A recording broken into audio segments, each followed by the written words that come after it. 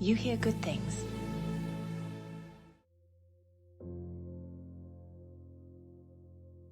It was the kind of place people drove past without noticing.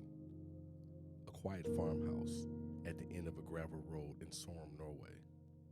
40 minutes from Oslo, surrounded by open land, birch trees, and memories. The Orderud farm had been in the family for generations. It was old land, familiar, heavy with history. Inside, it was the beginning of summer. A Friday night, the last light of a day still lingering through the curtains. Marie, 84, was setting a small tray on the kitchen table. Her husband, Kristian, 81, was in his favorite chair, and their daughter, Anne, was upstairs reading. There was no argument, no sign of struggle, just the door. Police would later say the killer, or killers, walked in calmly. They weren't strangers. There was no forced entry, just quiet footsteps and silence. One by one, the family was executed. Kristian, Marie, Anne, each shot in the head, close range, no signs of a struggle. 3 lives gone. No screams, no broken furniture, just the eerie precision of something planned, deliberate, personal, and clean. It would be more than 48 hours before anyone realized what had happened. And when they did, what followed shook Norway to its core. Because this wasn't random. This wasn't senseless. This was family. I'm Sidney Smith, and this is Murderous Podcast. And this week's murderess is Veronica Orderud in episode 89, The Farmhouse at the End of the Road.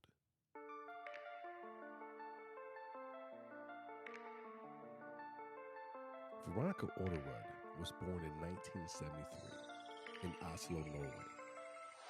She wasn't infamous, not then. She was just one of 3 sisters in a traditional Catholic family, raised to be polite, educated, and soft around the edges.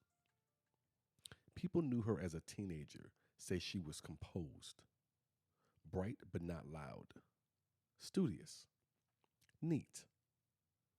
There was something careful about Veronica, even as a child. Like she was always measuring the room before stepping into it. She didn't push boundaries. She observed them, learned from them.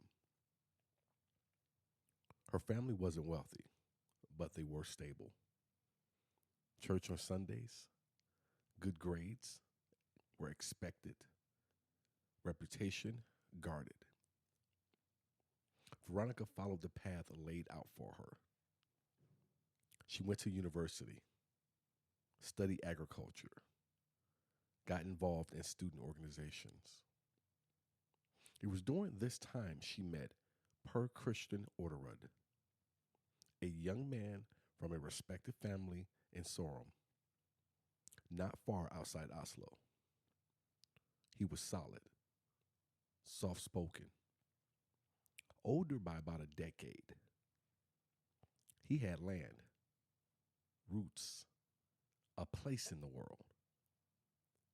They married in 1992, and by all accounts, it looked like a good match. 2 people who understood duty, who valued family, who knew how to work hard. But behind closed doors, it was complicated. There were whispers of power struggles, especially around the Orderud farm, where Per's parents, Kristian and Marie, still held sway. The farm wasn't just land, it was legacy. And that legacy came with friction. Who would inherit it? Who controlled what? Where did the son and the daughters fit into a system built on patriarchs and expectations? Veronica, who seemed so gentle, began to show steel. She wasn't interested in just being the daughter-in-law who cooked and kept quiet. She had ideas, opinions, and she wanted a stake. She also started working outside the farm, eventually taking a position as a secretary in Norway's Ministry of Foreign Affairs. It gave her more than a paycheck. It gave her status. To her in-laws, especially Marie, that status looked like distance, coldness, even ambition. To Veronica, it felt like control slipping out of their hands and into hers. By the late 1990s, tensions on the farm had turned sharp. There were arguments about money, boundaries, ownership. There was even a lawsuit. Per and Veronica tried to gain partial ownership of the family farm. It failed, and it fractured the family in ways no one could take back. Then, in 1998, something strange happened. Kristian and Marie's house was set on fire while they were asleep inside. They escaped unharmed, but police believed it was arson. Suspicion quietly turned inward. Kristian and Marie pointed fingers at Veronica, at their son Per. They told friends they felt unsafe, that things were spiraling, but they didn't move. They didn't change the locks. They didn't imagine what would come next. Because Norway doesn't do executions. Not legally. Not culturally. But in the early hours of May 22nd, 1999, someone walked into the Orderud farmhouse and carried one out anyway.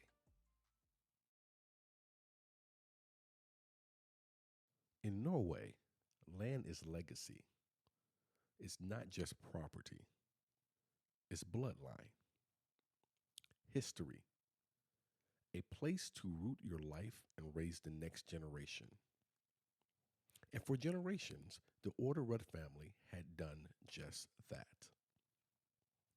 Their estate in Sørum, about 45 minutes outside of Oslo, looked like something out of a postcard. Red barns, pale siding, flat green fields stretching out like the horizon wasn't in any rush. Kristian and Marie Orderud had lived there for decades. They were proud people, practical, private, and deeply tied to the soil beneath them.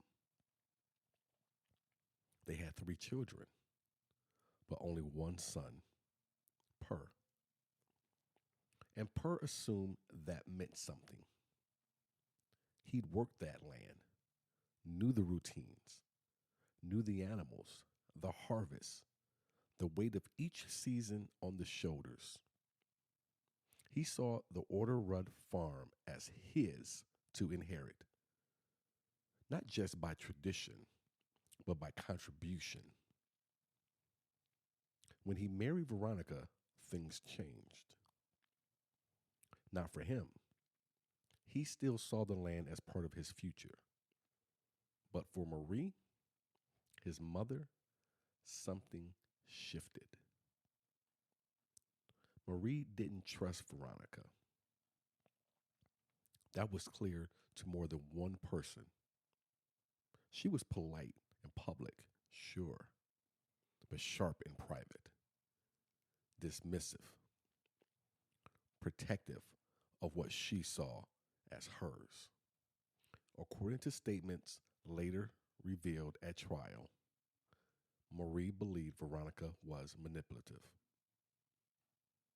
and that she'd inserted herself into family affairs too quickly. Friends described the relationship between the two women as icy, distant, and eventually hostile. It wasn't just personal, it turned into a legal battle. In the late 1990s, Per and Veronica filed a lawsuit against Kristian and Marie, demanding partial legal rights to a section of the family property. They claimed it had been promised to them, that they invested in it, that they were being unfairly denied their share of the inheritance. In Norwegian court, though, belief isn't enough. No documentation, no deed, no legal agreement. The case was dismissed. Veronica was furious. So was Per. It wasn't just about the farm anymore. It was about control, respect, and the sense that they'd been wronged, cut out by people who'd rather burn their legacy down than share it. Around this time, Marie allegedly began locking documents in a safe. Family letters, bank papers, deeds. It was like she saw something coming. Or maybe she just didn't trust the people standing in her own living room. Because beneath the pastoral calm of the Orderud farm, something had cracked. Lines were being drawn. Inheritance became a battleground. And in the middle of it stood Veronica, smiling politely at the dinner table while her husband simmered, and the house grew colder by the day. What no one realized was that the lawsuit wasn't the end. It was the beginning.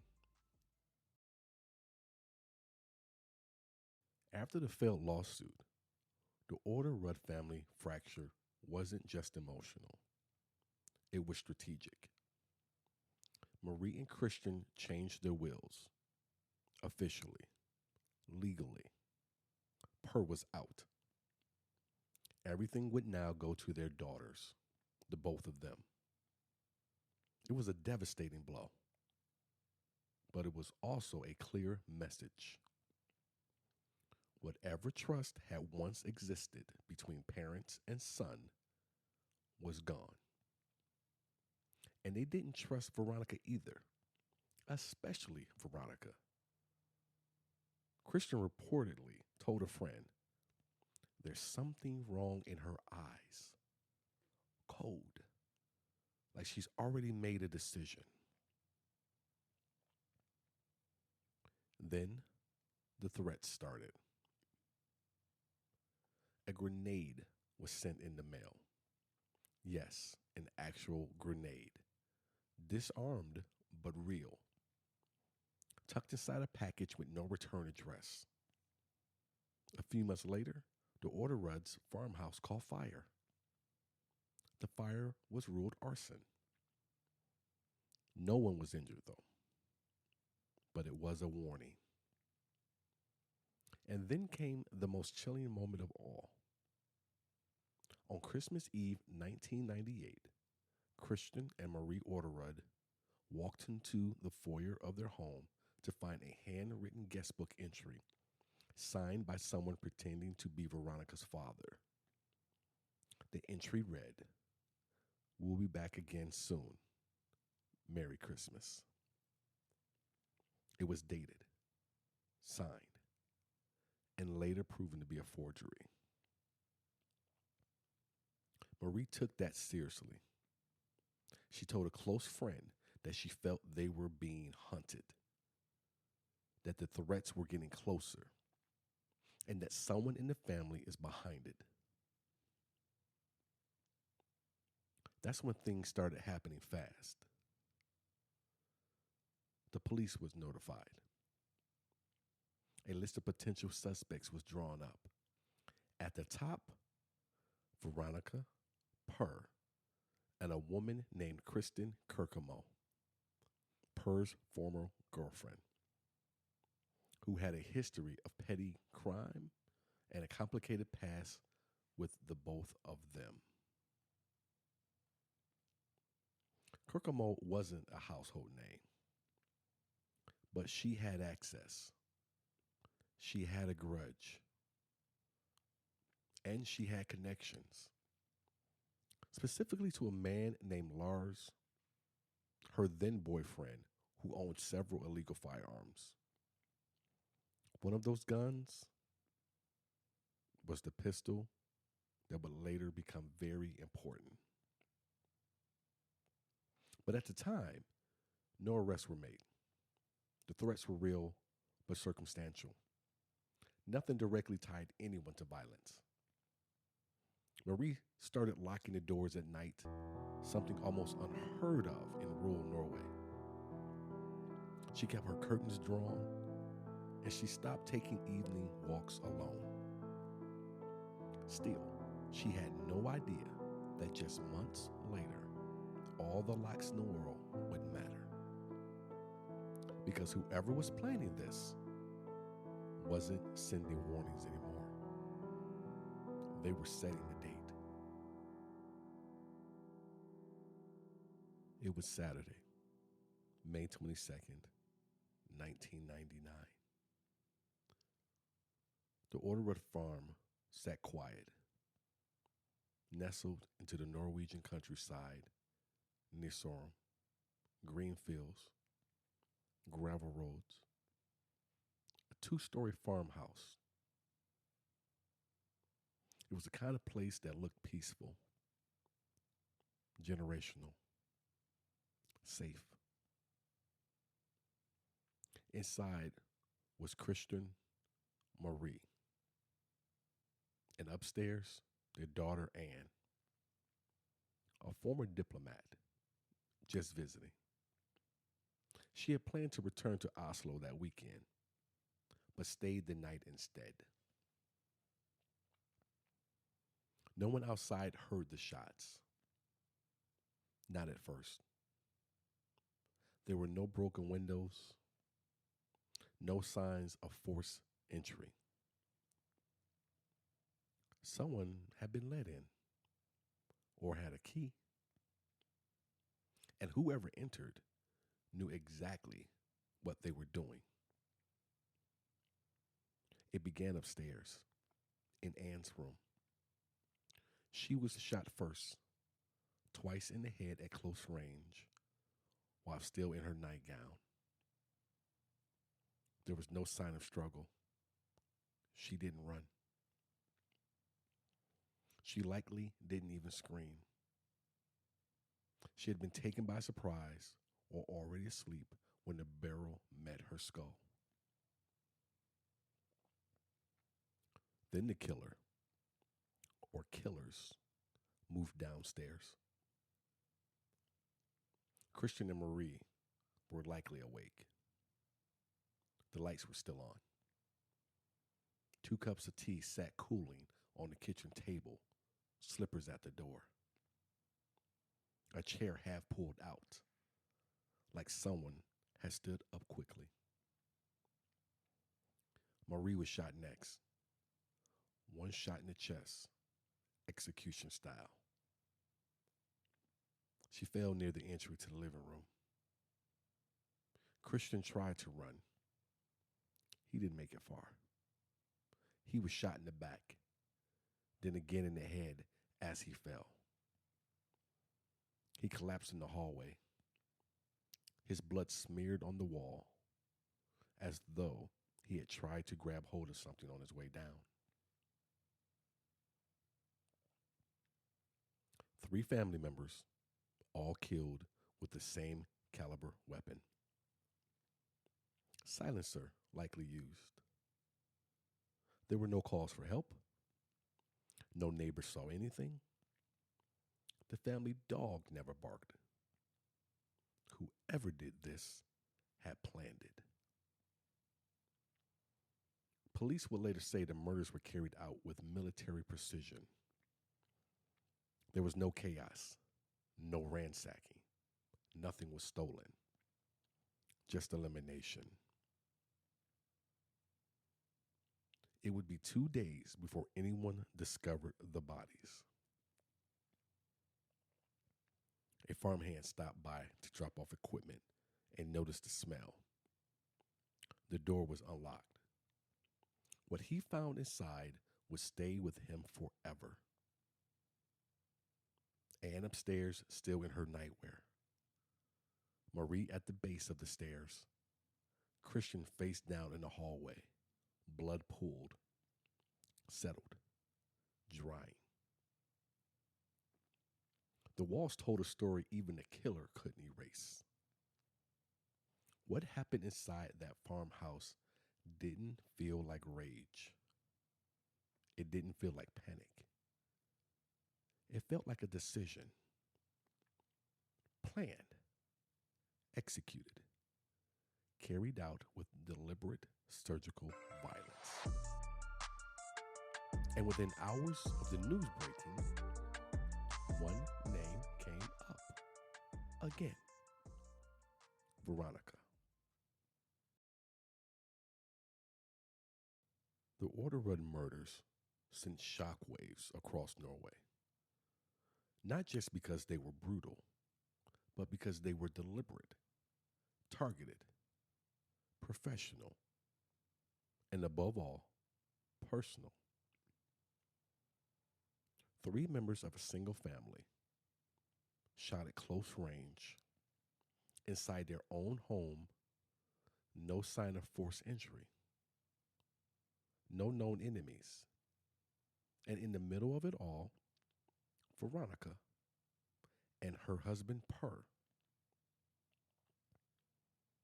The investigation began quietly, but detectives were already eyeing the only people who stood to gain from the deaths. Because with Kristian dead, the family farm and everything tied to it suddenly opened up for legal dispute. The same farm that had been at the center of that bitter lawsuit. The same land Per and Veronica believed they were owed. The same property Per once described to a colleague as his future kingdom. The case against them wasn't built on a single moment. It was built on layers. History, motive, opportunity, and the way things suddenly aligned. First, the lawsuit. Years earlier, Per and Veronica had pushed for partial ownership of the Orderud farm, citing family tradition and verbal agreements from Kristian. Kristian and Marie refused. The lawsuit failed. The judge ruled there was no legal basis for Per to inherit land just because of the bloodlines and memory. That rejection deepened the fracture in the family. Marie even referred to Veronica as a wolf in the house. That quote would later echo through the trial. Next, the assassination attempt. 6 months before the murders, Anne Orderud Paust, Kristian and Marie's daughter, had received a letter bomb in the mail. It didn't detonate, but it was real. Police connected it to an earlier break-in at the Ministry of Foreign Affairs, where Anne worked. Inside, sources say Anne believed the threat wasn't political. She believed it was personal. She told friends she feared someone close to her was trying to send a message. The tension between Anne and Veronica had never been secret. Anne allegedly viewed her sister-in-law as calculating, entitled, dangerous. And then came the phone call. Investigators obtained phone records showing a call placed from Per and Veronica's house to Kristin Kirkemo. Kristin was Per's ex-girlfriend. She also happened to be a convicted criminal with past charges for weapons possession and drug use. Even more curious, she had visited Sweden just weeks before the murders, where she allegedly purchased 2 pistols and ammunition. One of those guns matched the one that was used in the killings. Kristin denied everything, then changed her story multiple times.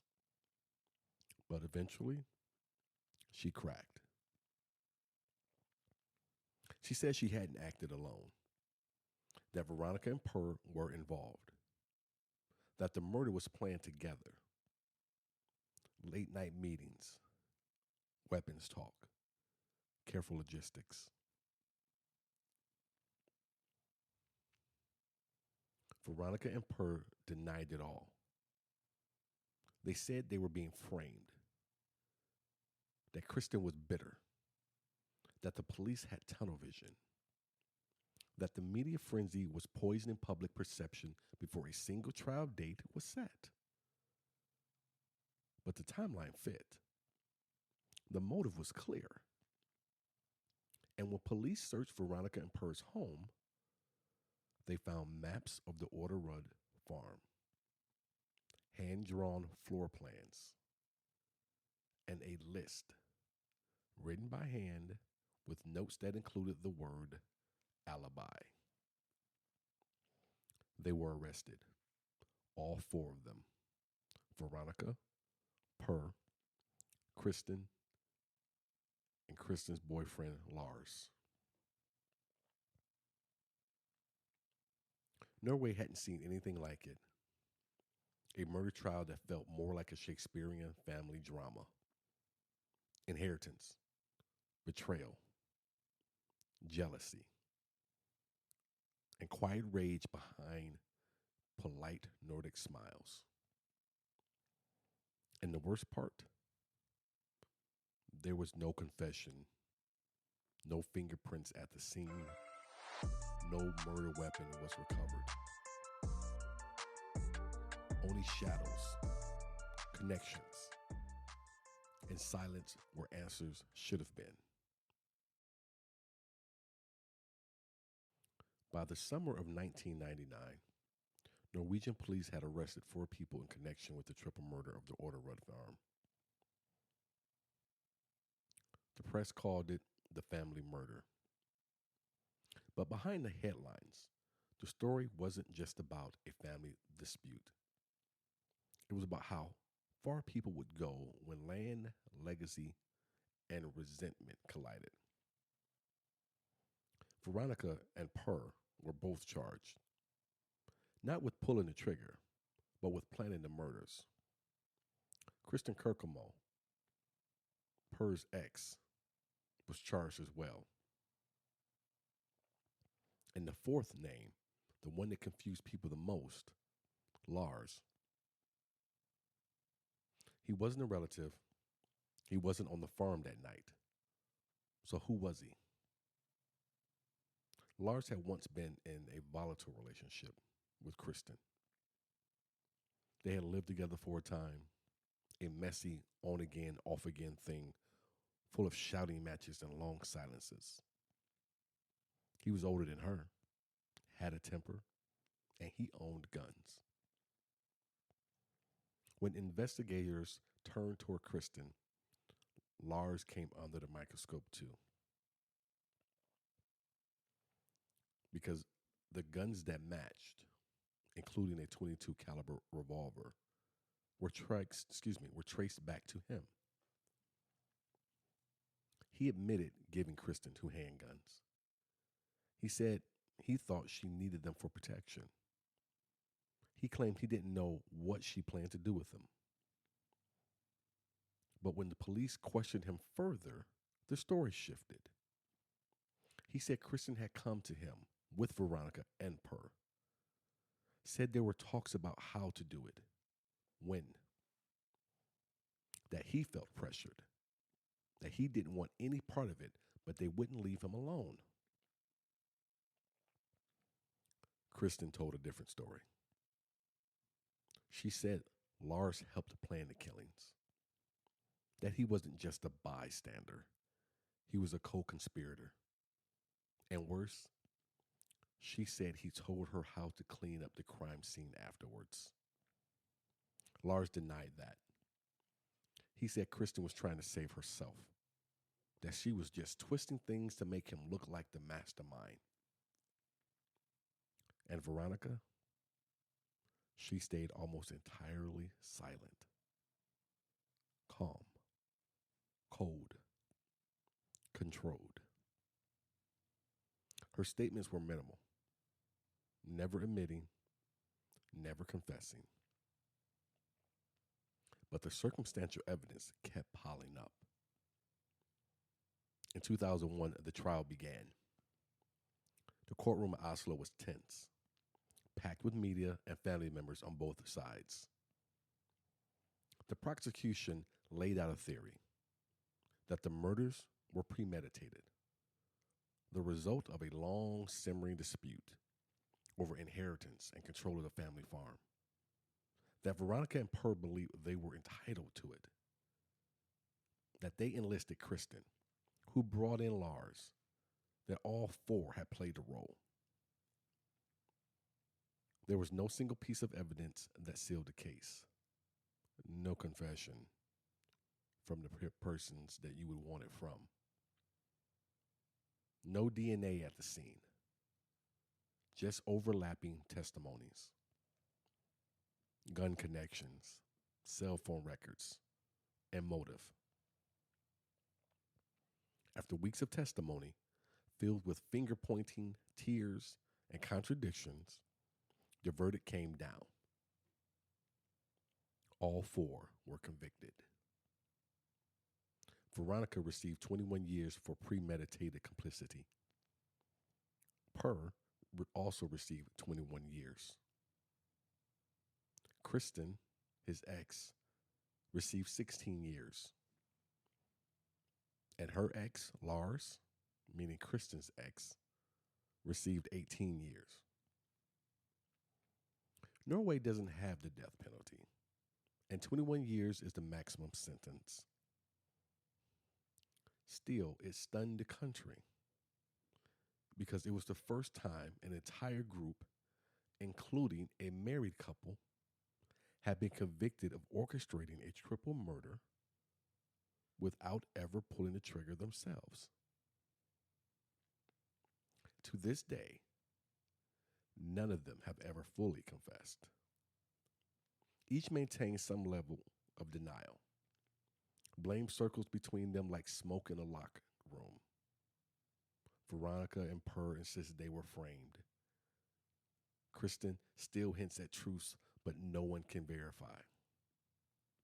And Lars, now out of prison, has rarely spoken publicly since.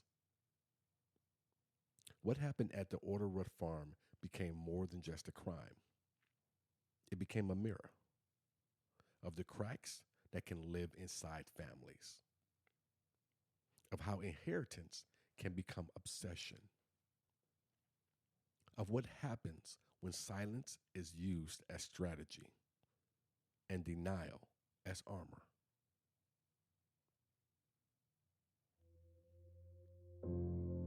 What stayed with you in this one? Was it the silence?